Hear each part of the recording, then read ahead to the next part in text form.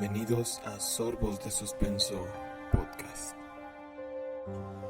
En 1762, un escándalo inusual cautivó a la población de Londres, el caso del fantasma de Cock Lane. La historia tenía algo para todos: el amor prohibido, el dinero, la muerte y lo sobrenatural fueron elementos de la triste historia de Scratching Fanny of Cock Lane. Se dice que el fantasma era el de una mujer joven, Fanny Lane, que fue asesinada por su amante pocas semanas antes de dar a luz. Después de su muerte, Fanny frecuentó el antiguo apartamento de la pareja en una casa en Cock Lane, cercana al Smithfield Market y la Catedral de San Pablo. Aquí, Fanny dio a conocer su presencia a través de extraños ruidos de golpes y arañazos. La historia cautivó tanto a la población en general que bloquearon Cock Lane solo para echar un vistazo a la casa embrujada. Pero el fantasma de Cock Lane también llamó la atención de figuras importantes. Tanto el duque de York como el doctor Samuel Johnson visitaron el lugar y participaron en sesiones espiritistas mientras intentaban determinar si el fantasma era real o un fraude. La historia dio lugar a acusaciones de asesinato y a un sensacional caso judicial. También proporcionó un escenario para una contienda entre la persistente superstición popular y el racionalismo moderno. Entonces, aquí está la extraordinaria historia del fantasma de Cock Lane. Escuchas, vayan a llenar su taza con café y den junto a nosotros unos sorbos de suspenso mientras les contamos la historia de Scratching Fanny.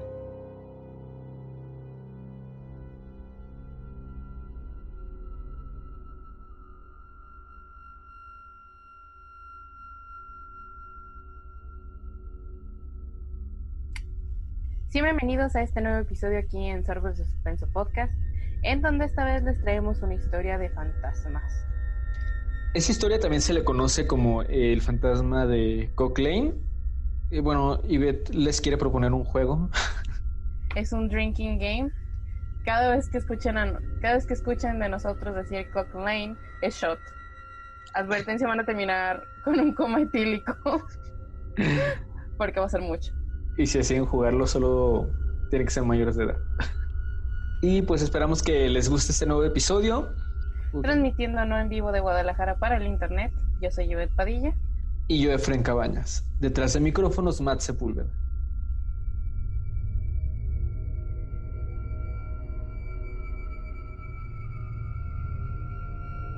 En 1757, William Kent, un usurero de Norfolk, contrajo matrimonio con Elizabeth Lines, hija de un almacenero de Lynham, Wiltshire. Se mudaron hacia Stoke Ferry, donde Kent tenía una posada, y más tarde, una oficina de correos local. La pareja, a la vista del público, era amorosa, pero el matrimonio no duró mucho tiempo debido a la muerte de su esposa en el parto. La hermana de Elizabeth, llamada Frances, también conocida como Fanny, se había mudado con la pareja durante el embarazo para cuidar de la casa y del bebé en el momento en el que naciera. Cuando el hijo nació, este no vivió por mucho tiempo, y en lugar de irse, Fanny se quedó para cuidar de la casa y de William, con quien empezó a desarrollar una relación sentimental. Sin embargo, la ley de la iglesia impedía que pudieran contraer matrimonio, dada su exrelación como cuñados. Kent, al buscar en Londres ayuda acerca de cómo casarse con Fanny, supo que al haber tenido su difunta esposa un hijo que vivió al menos una temporada de tiempo, la unión con Fanny era imposible dadas las leyes inglesas de la época. Fanny y Kent intentaron separarse, pero sus sentimientos persistieron, así que se reunieron en Londres, donde se hicieron pasar por una pareja casada. Honestamente, yo no sé qué tiene que ver el que tu hijo haya vivido un par de semanas como para determinar, no te puedes casar con tu cuñado. No sé, era como que para decir que el matrimonio fue real por alguna razón. Ahí está la prueba, aunque está muerta. En 1760, la pareja encontró un alojamiento y Kent comenzó a ejercer como prestamista. Sin embargo, no pasó mucho tiempo antes de que el propietario descubriera el secreto de la pareja. Para agravar las cosas, Kent le había prestado dinero y este se negó a pagar su deuda, razón por la cual posteriormente fue encarcelado. De esta forma, Fanny y Kent no tuvieron más remedio que buscar otro hogar. Poco después, conocieron al secretario parroquial Richard Parsons, quien les ofreció habitaciones en su casa de Cock Lane. La pareja se instaló y Kent continuó con su negocio de préstamos de dinero. Una vez más, prestó a su nuevo casero una considerable suma de dinero, 12 guineas para devolver una guinea al mes. Busqué yo en internet cuánto eran 12 guineas. Esta moneda está muerta. Y las actuales guineas, que son de Papúa Nueva Guinea, equivalen como a 0.0070 pesos mexicanos. 12 guineas. No Bueno, sé. Pues eran Sí, 1700, ¿no? Era diferente, pero me dio mucha risa de wow, no puedes pagar 0.0078 centavos. A mí lo que se me hace, digo, obviamente también pues por la época, pero como que el hecho de que los corrieran de donde estaban viviendo porque no estaban casados de verdad. No era solo que no estuvieran casados, es que eran cuñados. Bueno, pero como, o sea, no entiendo de qué forma se puede dar cuenta sin querer de ese tipo de cosas. Fanny pronto reveló que estaba embarazada. Poco después, Kent tuvo que regresar al país para una boda, por lo que le pidió a la hija de 11 años de Parson que cuidara a su esposa, mientras él estaba fuera. Fue entonces cuando comenzaron los extraños e inexplicables ruidos de arañazos. La señora Parsons le dijo a Fanny que los obreros estaban haciendo los ruidos, pero los sonidos persistieron incluso cuando no se estaba realizando ningún trabajo. Luego, el propietario del pub local, James Franzen, visitó la casa y vio una aparición fantasmal que subía las escaleras. Aterrado, huyó. A su regreso, Kent estaba igualmente impresionado y decidió mudarse.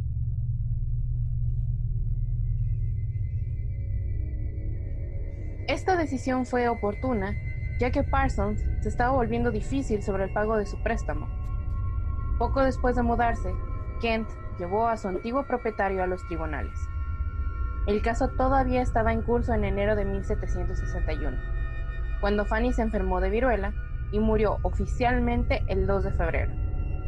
Kent, afligido y con una gran necesidad de un nuevo comienzo, se mudó nuevamente y comenzó una nueva carrera como corredor de bolsa. Mientras tanto, en Cock Lane, los ruidos, que habían cesado durante un tiempo después de que los Kent se marcharan, empezaron de nuevo con fuerza. Los ruidos se concentraron en torno a la joven Elizabeth Parsons, que identificó a esta visitante fantasmal como Fanny Lynn.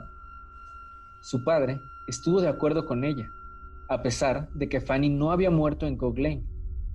Así decidió contar con la ayuda del reverendo John Moore, un predicador local con inclinaciones metodistas. Aunque muchas personas todavía creían en los fantasmas, los metodistas se destacaron particularmente por su creencia en el mundo espiritual. Moore visitó Cock Lane y estuvo de acuerdo en que estaba embrujado. Él y Parsons desarrollaron un modo de comunicación con el espíritu y tenía una historia fascinante que contar. El fantasma se comunicó con Parsons y Moore mediante un sistema de llamada, un golpe para sí y 2 para no.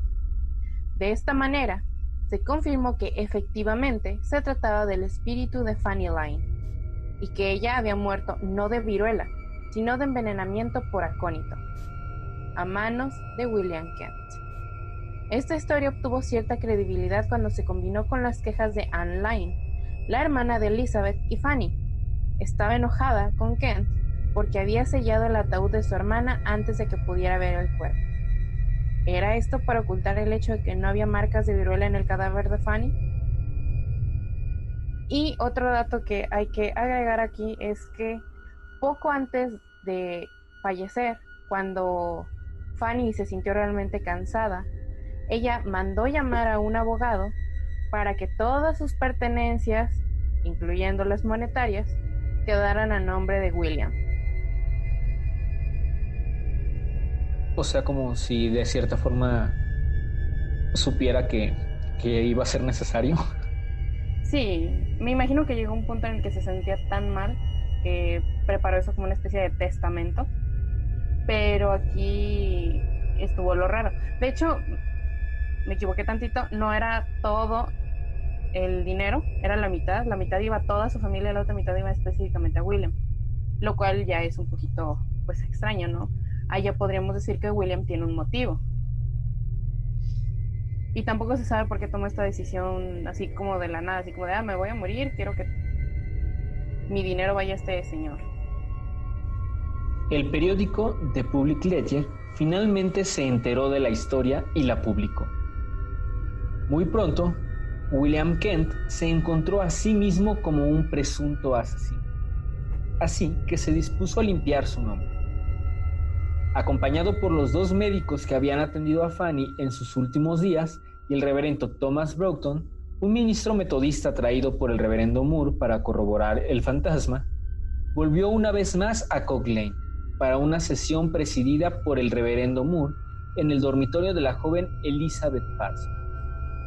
¿Es usted la esposa del señor Kent?, Moore le preguntó al fantasma.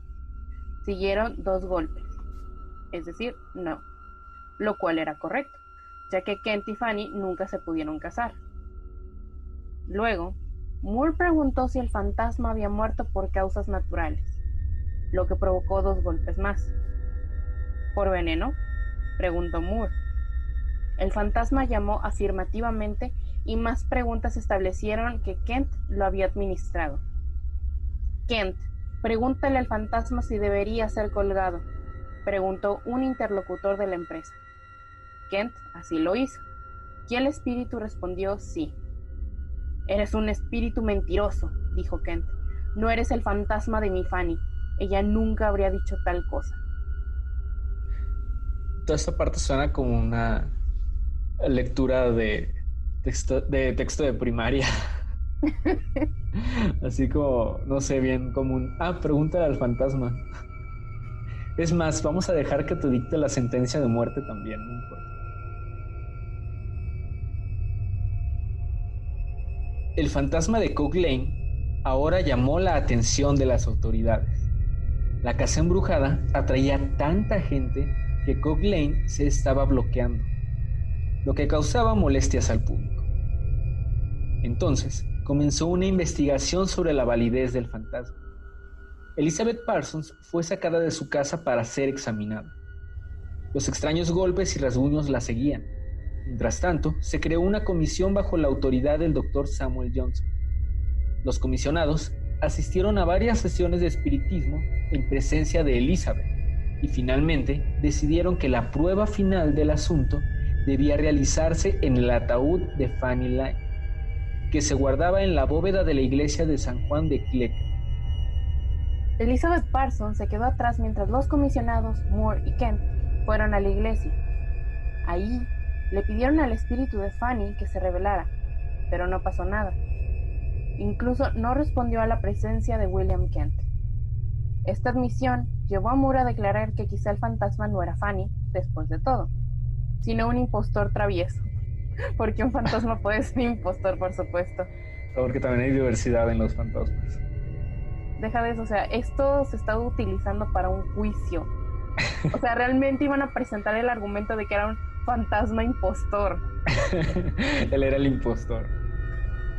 Kent aprovechó la admisión de Moore y le pidió que escribiera una declaración jurada en ese sentido para poder limpiar su nombre. Pero Moore se negó, afirmando que todavía creía en que el espíritu perseguía a Kent debido a sus pecados pasados. Que, o sea, imaginando que los fantasmas son reales y todo eso, si la mujer murió y estaba en la casa, atada a la casa por alguna razón, como por qué sería una prueba que no se manifestó en el cementerio. No sé. Pues es que como se supone que ya se aparecía en donde no había muerto, pues era, pues yo creo que puede ir a todos lados. Tiene visa universal o algo así. No sabemos cómo funciona el transporte después de la vida, ¿sabes? Es que antes todo era más barato. Y así fue que en julio de 1762 comenzó un juicio en el Guildhall de Londres. El acusado, sin embargo, no era William Kent. El 10 de julio de 1762, William Kent llevó a los tribunales a Richard Parsons, a su esposa, al reverendo Moore y a otros 2 cómplices. Fueron acusados de una conspiración para quitarle la vida, acusándolo del asesinato de Frances Lyne al darle el veneno del que murió. Kent, finalmente, pudo buscar una recompensa, porque el fantasma de Cock Lane finalmente había sido desenmascarado como una ficción maliciosa. Después del fiasco de la cripta, el informe de Samuel Johnson concluyó que es la opinión de toda la asamblea que la niña, Elizabeth Parsons, tiene algún arte de hacer o falsificar un ruido en particular y que no hay agencia de ninguna causa superior. O sea, básicamente la niña hizo todo y no ningún pinche fantasma.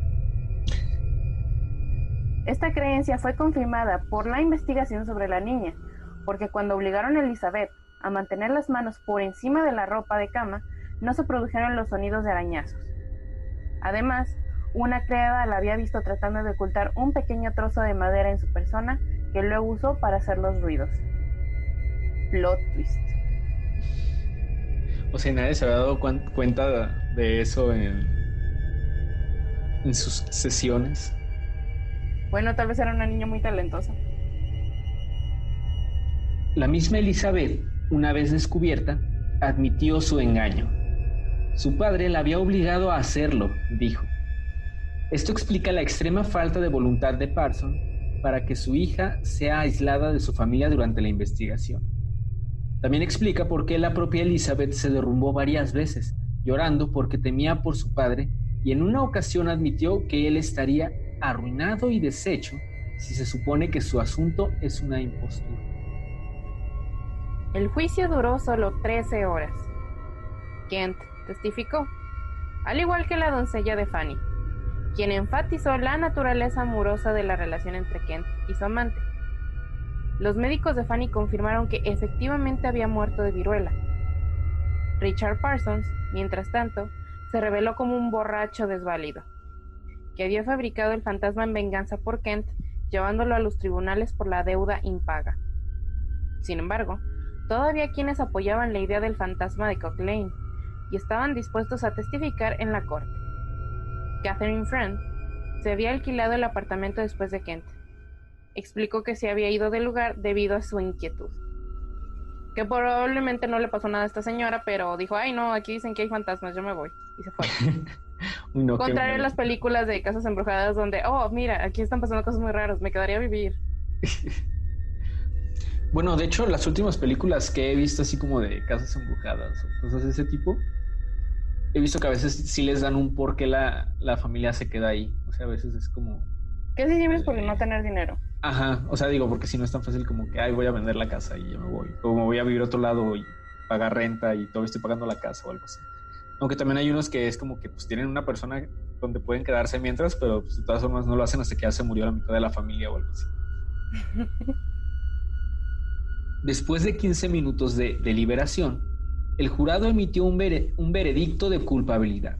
15 minutotes, ¿eh? El juez aplazó la sentencia para que los acusados pudieran llegar a un acuerdo financiero con Kent y evitar la prisión. En enero de 1763, el reverendo Moore y uno de los cómplices finalmente acordaron pagarle a Kent 588 libras esterlinas. Que equivaldría a 16,784 pesos con 84 centavos. Que supongo que sí es mucho comparado a la conversión anterior de la renta, ¿no? Sí. Sobre todo teniendo en cuenta que su préstamo no tuvo nada que ver con esto, pero bueno. Richard Parsons y su esposa, sin embargo, continuaron manteniendo su inocencia. La señora Parsons fue sentenciada a 1 año de prisión. ¿Por qué? No tengo pinche idea. Supongo que por cómplice, pero... Y su esposo fue condenado a 2 años. Richard Parsons también fue condenado a ser ridiculizado, porque estamos hablando de la Europa de hace 3 siglos, públicamente 3 veces, y una de ellas siendo al final de Cock Lane. Inusualmente, la multitud, en lugar de abusar de él, lo trató con una amabilidad inesperada. Algunas personas, al menos, todavía creían que el fantasma era real. Aunque el fantasma de Cock Lane fue esencialmente refutado, su importancia en el ojo público estaba bien establecida. Como la creencia en la otra vida era esencial en la doctrina cristiana y varios predicadores se habían visto envueltos en el caso, un debate sobre el lugar de lo sobrenatural en las creencias anglicanas y metodistas estalló en todo el país. Sin embargo, aquí viene el mayor giro en la trama, porque a mediados del siglo XIX, un artista, J.W. Archer, visitó la bóveda de San Juan y se le mostró un ataúd sin marcar que se dice es el de Scratching Fanny. Al abrir el ataúd, se dice que encontró el cuerpo bien conservado de una mujer hermosa, sin marcas visibles de viruela. ¿Dónde se implanta aquí la sospecha? Después de todo, el arsénico preserva los cadáveres. Inclusive se llegó a utilizar para embalsamar cuerpos en el siglo XIX hasta que se descubrió que era tóxico. Esto da pie a creer que las acusaciones no eran del todo falsas, pues Kent tuvo a lo largo de su vida muchas esposas. Para el momento del juicio iba por la número 3, y siempre parecía terminar con un dinero extra después de cada una. Creo que si no hubieran inventado todo el circo del fantasma, igual esto hubiera sido un caso interesante de un viudo negro. Ya sé, de hecho sí, suena totalmente a una historia de ese estilo. O sea, su esposa muere durante el parto, esto es relativamente normal para la época. De repente la segunda, que era su hermana, también muere antes de dar a luz. De repente se vuelve a casar y tengo entendido que esta no fue su última esposa, que tuvo más a lo largo de su vida. Y siendo una persona que sabía de dinero, al haber dedicado su vida a ser prestamista y corredor de bolsa, pues supongo que sabía cómo funcionaba tal vez las herencias o los seguros. No sé si en aquel entonces ya existían los seguros de vida, pero... Hoy, Cock Lane ya no existe, después de haber sido demolido en 1979. En su lugar se encuentra una hilera de edificios de oficinas sin importancia, cuyo estado actualmente se desconoce.